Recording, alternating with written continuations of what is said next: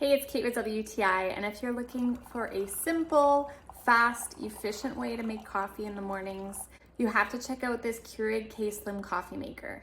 So there's a few things that I love about it. For one thing, the size. It's nice and sleek. The water reservoir is in the back. It really doesn't take up a lot of space. You can have it absolutely anywhere. The reservoir is a nice size, so you can make 3 or 4 cups of coffee before having to refill it. It has 3 different size options, so you can do 8, 10, or 12 ounces.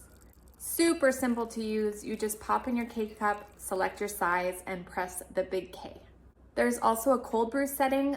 The cool thing about that is it starts off really hot so that you can extract the most flavor from your coffee, but then it automatically cools down so that not all of your ice gets melted.